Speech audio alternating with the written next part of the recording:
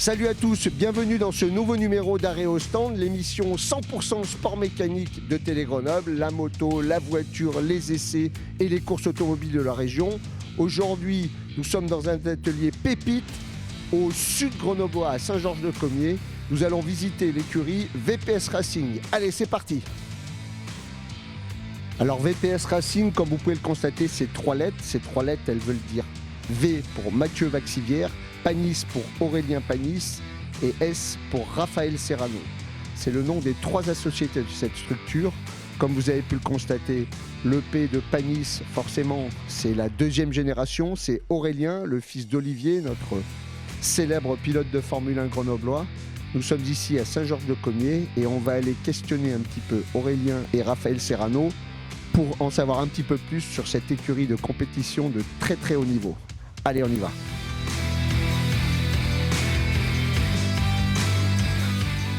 Alors nous voilà au sein de VPS Racing, dans ses locaux tout neufs, en compagnie d'Aurélien Panis. Salut Aurélien, comment ça va? Bonjour, ça va très bien.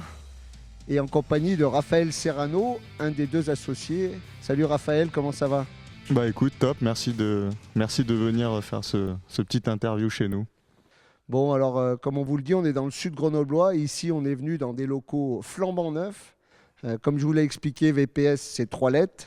Vaxivière, Panis et Serrano. Ici, nous avons 2 des associés, que sont Aurélien Panis et Raphaël Serrano, qui vont nous expliquer un petit peu tout ce qu'on fait, parce que cette structure de très très haut niveau en compétition automobile a emménagé dans ces nouveaux locaux, et ils vont nous en dire un petit peu plus sur l'histoire de VPS. Alors Raphaël, on va commencer par toi. Quel est ton rôle un petit peu dans la structure ?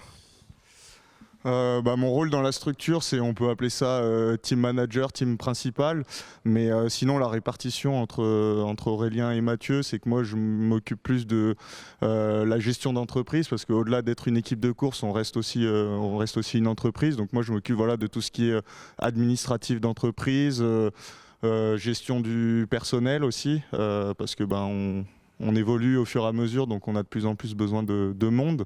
Et après, sur les week-ends de course, tout ce qui est en relation avec les championnats, avec les pilotes, avec les ingénieurs, avec les mécaniciens, tout ça. Bon Aurélien, reprenons pour toi. Comment est née cette aventure de VPS ? Il faut quand même qu'on en parle un petit peu là. Ces 3 lettres, comment elles se sont rassemblées, comment elles ont existé, et il y a combien de temps maintenant ? On a commencé notre première saison en 2021 et on a décidé de faire ce team, c'était fin 2020 il me semble, si je ne dis pas de bêtises, c'est ça, hein.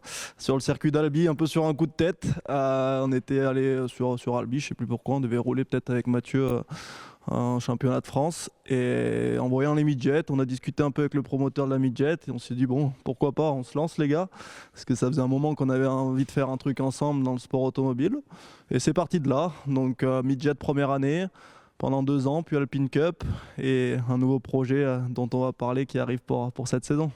Alors on dit toujours que les team managers et les équipes, elles naissent après les carrières de pilotes. Mais là, Aurélien, t'es allé un peu plus vite que ton père. Là. T'as continué ta carrière de pilote et t'as brûlé les étapes en imaginant ce team. Bah oui, surtout qu'il faut qu'on batte mon père rapidement, donc c'est pour ça, on a commencé tôt. Non, mais oui, j'avais à cœur de faire autre chose en plus de mon métier de pilote. Voilà, on ne sait pas comment on va tourner l'avenir, donc c'est important d'avoir quelque chose d'autre. Puis c'est aussi un métier de passion. Faire ça en plus avec mon pote d'enfance, on était en maternelle ensemble avec Raph, donc c'est sympa. Et Mathieu, avec qui on a fait plus ou moins toute notre carrière ensemble, parce qu'on s'est rencontrés en F4. Voilà, c'était un super clin d'œil. Et moi, ça me plaît aussi de voir un peu les 2 métiers, d'être au volant et d'être aussi derrière. C'est intéressant et on apprend plein de choses et on se rend compte de plein de choses aussi, ce qui nous aide pour notre carrière de pilote. Enfin, en 2021, vous aviez quel âge là, tous les 2, là, si je dis pas de bêtises? Bah ouais, j'ai eu 30 ans il n'y a pas longtemps, donc 25 ans.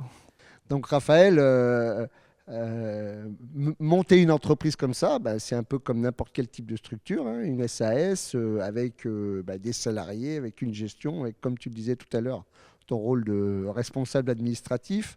Alors c'est combien de personnes VPS aujourd'hui ? Là maintenant, à temps plein, on est une petite dizaine à l'atelier.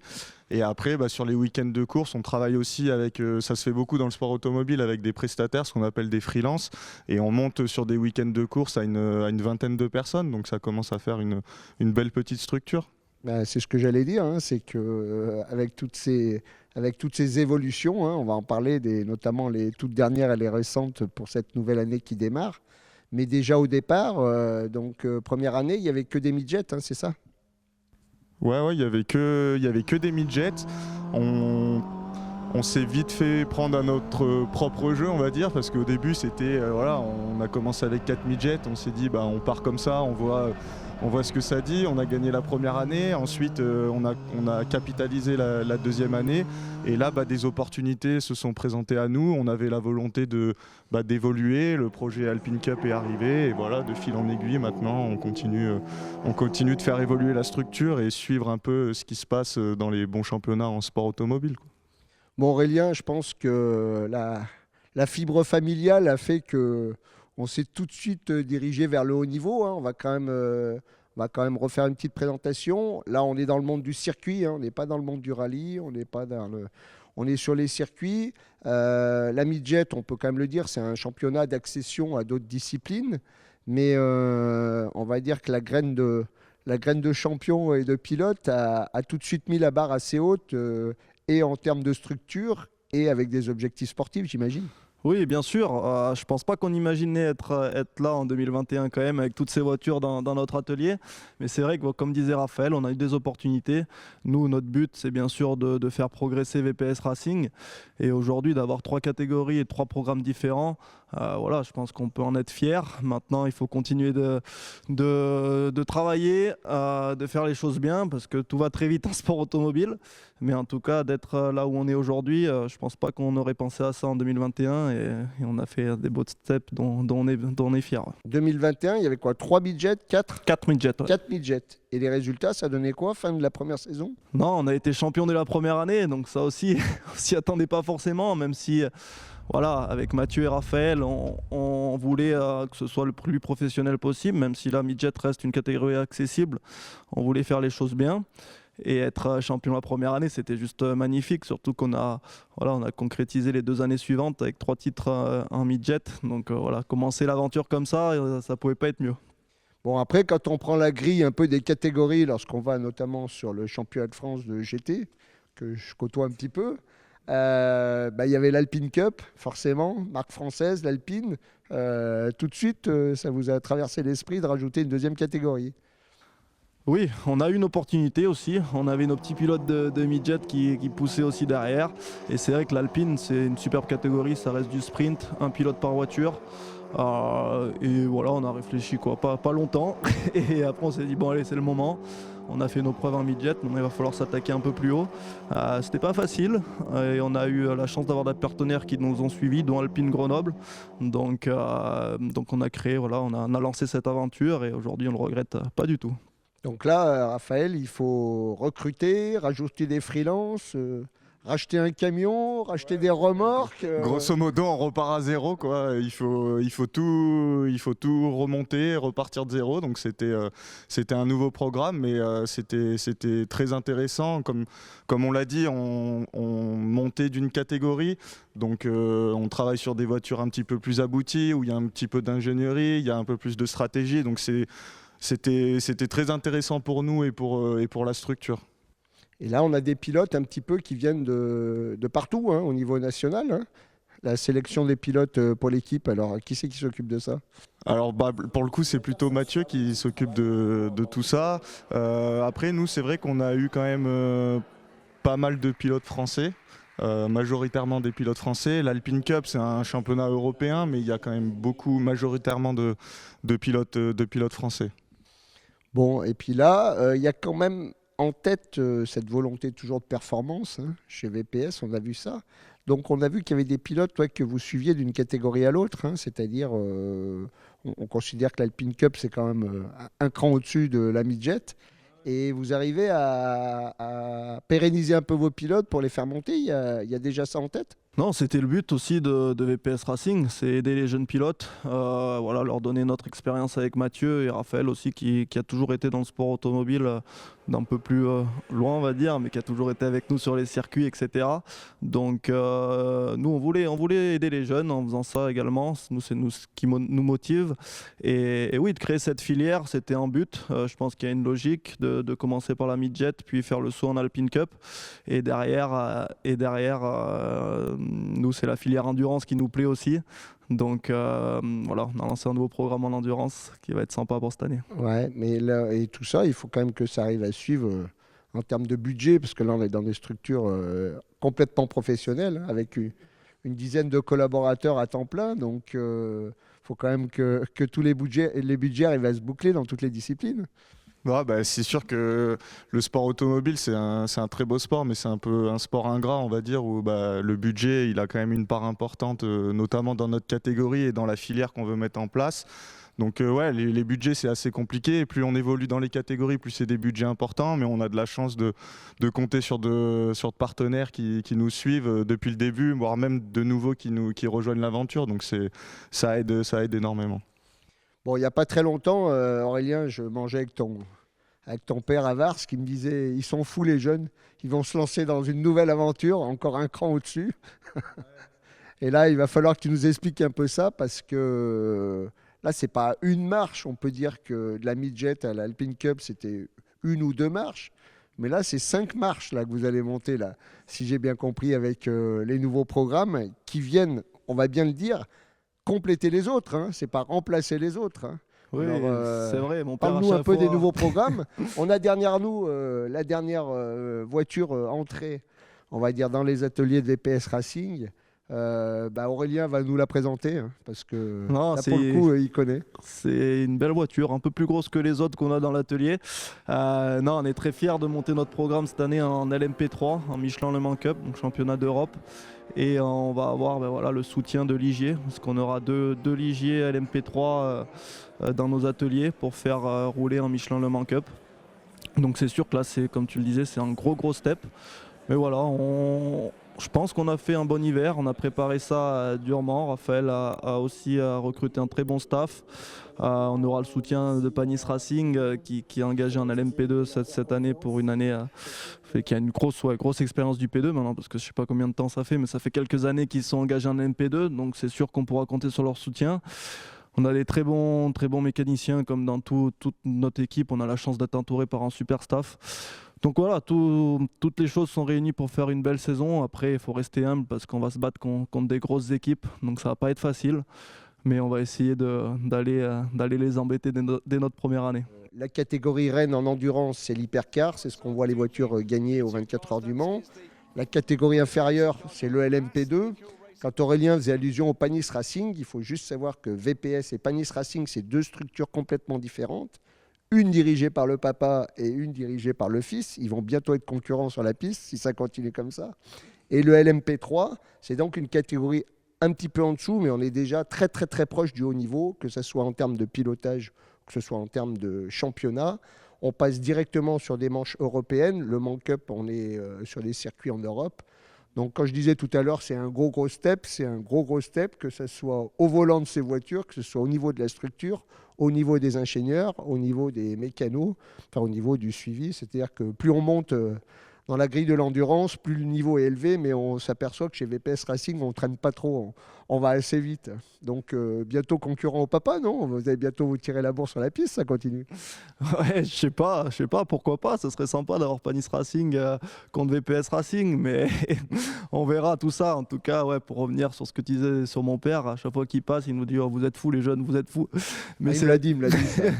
Mais c'est le premier motivé aussi par notre projet. Enfin, honnêtement, il est là quasi tous les jours à nous filer un coup de main. On profite aussi de son expérience, c'est sûr que c'est important. Et donc c'est sympa aussi de vivre ça plus ou moins en famille, parce que c'est vrai que lui, c'est à côté de la maison. Donc voilà, il est motivé aussi par notre projet, c'est ça qui est sympa. Bon, Raphaël, sur la structure en elle-même hein, de VPS Racing, le projet LMP3, forcément, recrutement, ingénieur, mécano, staff derrière, il faut renforcer l'équipe là. Ouais, bah là, c'est comme tu l'as dit, c'est un très gros step. on veut rester humble, mais on veut quand même y aller pour se battre devant. Donc ouais, il a fallu recruter de nouveaux ingénieurs, de nouveaux mécaniciens. La particularité, ce qui est nouveau pour nous aussi sur ce type de programme-là, sur une même voiture, il faut beaucoup plus de personnes. Donc il faut apprendre à travailler aussi différemment.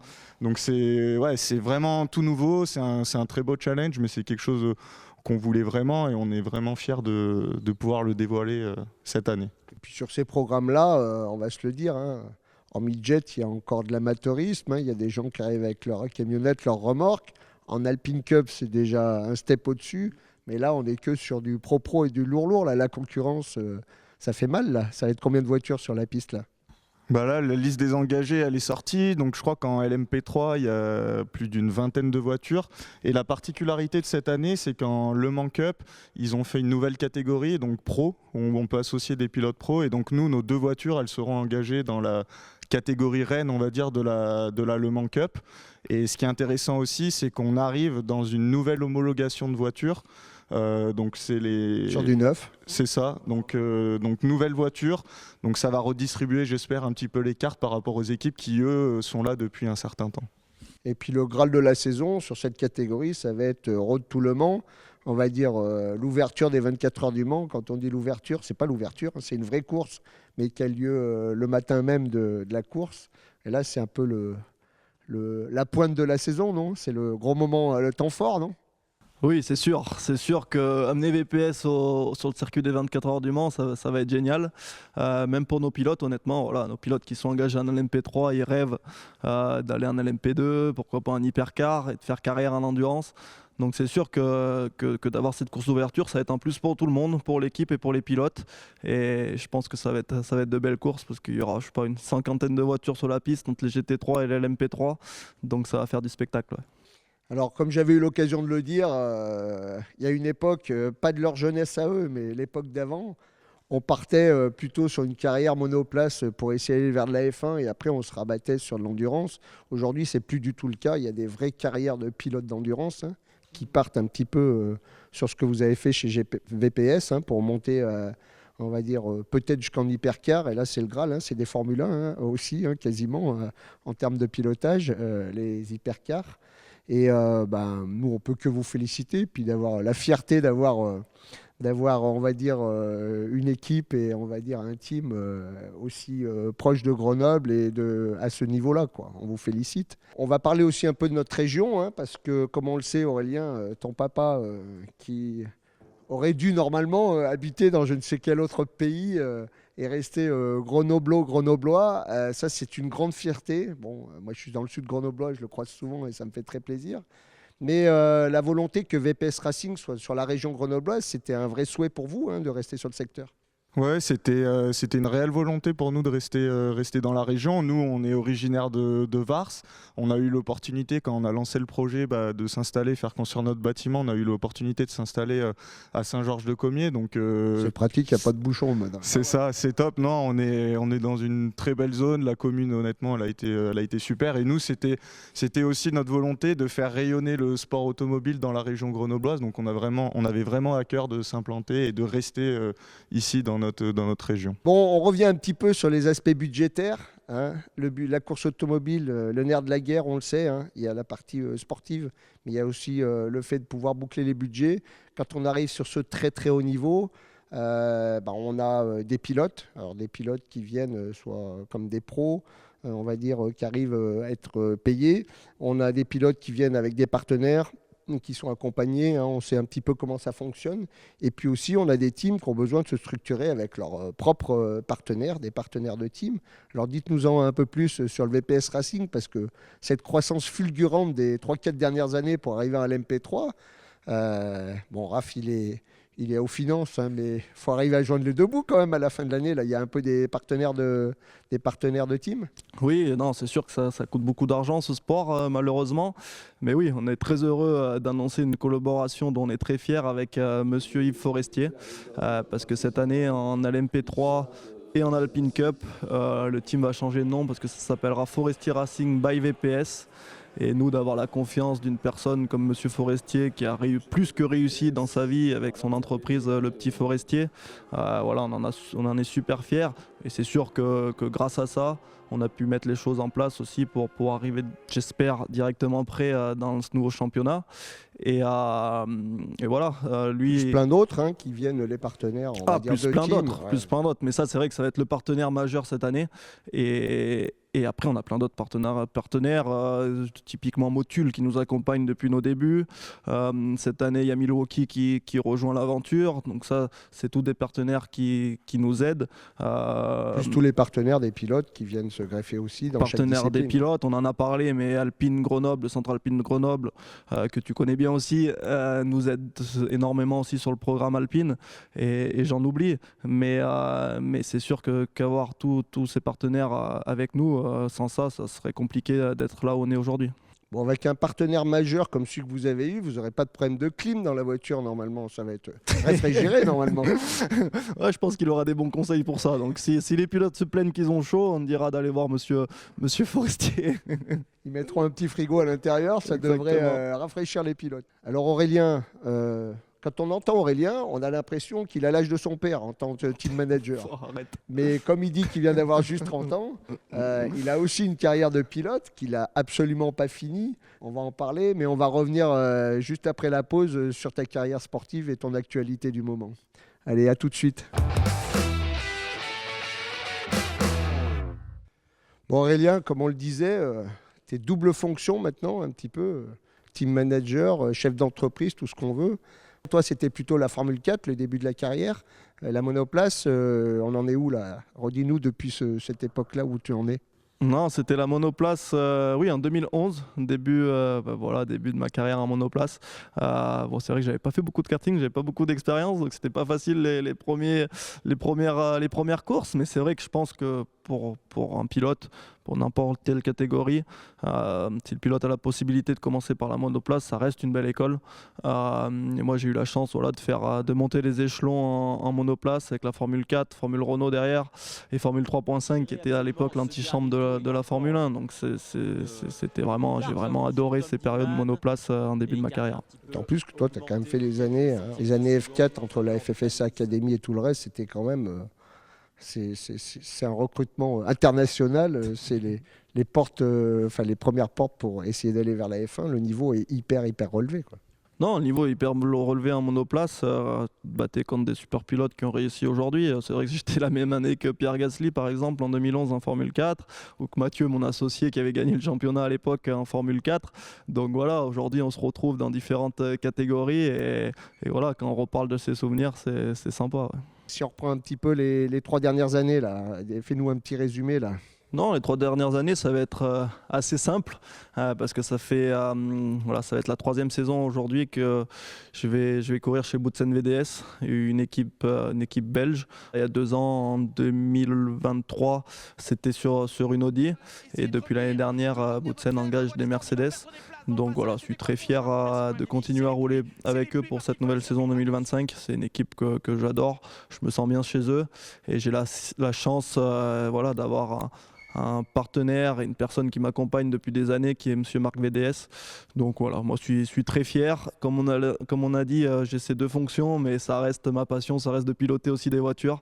Donc je languis que cette saison débute au volant de la Mercedes.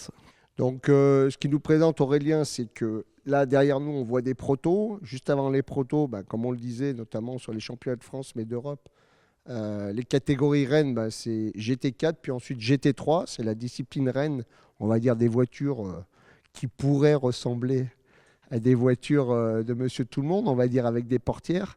Donc là, ça fait 2 ans qu'Aurélien roule sur la Mercedes, sur le programme, on va dire SRO, qui est exactement. Le sprint et l'endurance. Donc ça fait combien? Une dizaine de week-ends, ça, c'est 10 week-ends, parce que le GT3, donc c'est forcément l'Europe, toute l'Europe, tous les plus grands circuits. Le sprint, c'est-à-dire que c'est des courses qui ressemblent, pour ceux qui connaissent le GT4, au même type de course, c'est des courses d'1 heure à 2. Exactement. Donc tu partages la voiture avec J'ai partagé la voiture l'année dernière avec César Gazo, un jeune pilote aussi très jeune, un peu plus de 20 d'années, qui va très vite et je pense que ça devrait continuer avec lui pour cette année, donc je suis content. la grosse course de l'année, c'est 24 heures de Spa, une course difficile mais très belle. Donc voilà, 10 week-ends de course, un championnat sprint, un championnat endurance et un championnat qui réunit aussi les deux, dont on a été champion d'ailleurs l'année dernière en silver. Donc voilà, on va essayer de se rebattre aux avant-postes cette année. Oui, toujours dans différentes catégories, hein, les silver, les pros, les pro-am. C'est un petit peu comme en GT4, hein, même si c'est tout pareil. même si c'est l'Europe. D'ailleurs, le championnat d'Europe rejoint le GT3. On se retrouve sur les mêmes week-ends de meeting. La GT3, ça te fait kiffer ou quoi là? C'est des vraies voitures qui glissent, qui bougent là. C'est des voitures rallye un peu. Que ça ressemble à des voitures tous les jours, mais à piloter, ça n'a rien à voir. C'est des voitures vraiment de course faites pour le circuit. Et puis avoir la chance de piloter des voitures comme ça, c'est vraiment génial. On prend un plaisir fou au volant, avec une vraie cohésion d'équipe, parce qu'on, comme tu l'as dit, on roule avec des équipiers, une équipe derrière avec qui je m'entends super bien. Donc on passe des super week-ends et surtout on est plutôt performant avec la Mercedes. Donc non, c'est vraiment... Petite grande ligne GT3, on est à 650 chevaux là sur la Mercedes. Je dirais à peu près ça, entre 150 et 600. Ça marche. Ça marche. Bon, et la glace alors? C'est passé où là, l'Andros? Plus d'Andros? Parle-moi pas de ça. La glace, non, c'est dur. C'est dur parce que cette année, le trophée Andros n'existe plus malheureusement. Bon, on a eu la chance d'y participer. J'ai eu la chance de le gagner 3 fois. Mais c'est vrai que cette année, premier week-end de décembre, d'habitude on est à Val Thorens. Là, j'étais dans mon autre canapé. Bon, on y pense. Hein. On y pense parce que là aussi, on parle de pilotage. La glace, ça reste un plaisir de pilotage de fou qui ne ressemble à rien d'autre. Et moi, depuis que mon père fait le trophée Andros, je crois que 2007, mes hivers rimaient avec trophée Andros. Donc c'est vrai que c'était un peu dur cet hiver de plus y participer, mais on a eu la chance de le faire.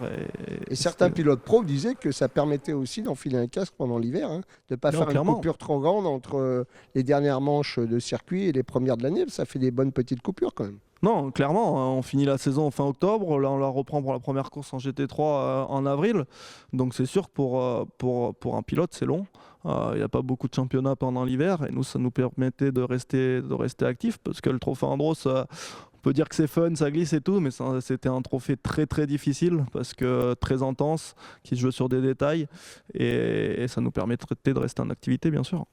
Bon, moi, j'ai des oreilles qui traînent un petit peu sur la région, par là à travers. Il paraît que tu as testé 1 ou 2 fois le proto, là. Raconte un peu, là, ça, là. Il y a non, la marche d'après, là. J'ai testé le proto l'année dernière, fin d'année dernière, dans l'équipe de mon père, Panis Racing. C'est sûr que c'est un step aussi, LMP2, du coup, sur le circuit de Portimao. Les 3 premiers tours, j'avais la nuque, je pense, qui était en Espagne. Mais non, c'est de très belles voitures aussi qui vont très vite. Ça ressemble vraiment à ce que j'ai pu conduire quand j'étais jeune, avec les formules, les monoplaces, Formule Renault 3.5, où il y avait beaucoup d'aéro, beaucoup de grip. Et c'était génial de faire cette séance d'essai. Après, on verra ce que nous dira l'avenir. Mais en tout cas, d'avoir réessayé ces types de voitures, c'était un plaisir fou. Ouais, c'est ce que j'allais dire. Ça allait à peu près à la vitesse d'une 3.5 je pense qu'en termes de sensation et de vitesse, ça s'y rapproche grandement. C'est des voitures avec beaucoup d'aéro, des passages en courbe très rapides. Et non, je pense que ça se rapproche vraiment d'une monoplace. C'est un peu plus lourd, mais en termes de comportement, c'est similaire. Bon, pour donner un ordre d'idée, les 24 heures du Mans, la piste, elle fait 13 km. Entre les hypercars qui sont quasiment sur des performances de F1, hein, la LMP2, je regardais moi au Mans cette année, il y a quoi? Il y a 8 secondes. Hein, 8 secondes sur 13 km. Donc on est à 6-7 dixièmes au kilomètre. Donc quand on pilote une P2, on n'est plus très loin de l'hypercar. Hein. Non, c'est clair. Surtout qu'aujourd'hui, l'hypercar, ça va du fait du règlement, etc., un peu moins vite pour le moment que les LMP1 d'il y a quelques années. Donc c'est vrai que sur des passages en courbe, etc., je pense que la LMP2 est vraiment pas loin des hypercars. Donc non, ça reste une voiture incroyable à piloter. Et c'est quand même indifférent de la GT. Hein. La GT, ça saute dans tous les sens un peu, non? Ça n'a pas grand-chose à voir. C'est vrai que c'est 2 types de pilotage différents. Après, les deux, ils sont sympas, honnêtement. Quand je suis remonté dans le GT derrière, je me suis régalé aussi. Mais c'est vrai que ça n'a rien à voir. Il y a beaucoup plus d'aéro. Et comme je te disais, ça ressemblait beaucoup plus à une monoplace que le GT. Tu connais, mais tu peux sauter les vibreurs, etc. Être un peu plus agressif sur le pilotage. Donc ça reste différent. Mais c'est sympa d'avoir connu et de connaître les deux. Écoute, on te souhaite une super année encore et pour tes résultats sportifs et pour les résultats du team. Je tous les indicateurs sont au vert. Moi, je te dis merde et bonne chance. Merci beaucoup. Et à très vite sur Télé Au revoir. Grenoble. Bye bye.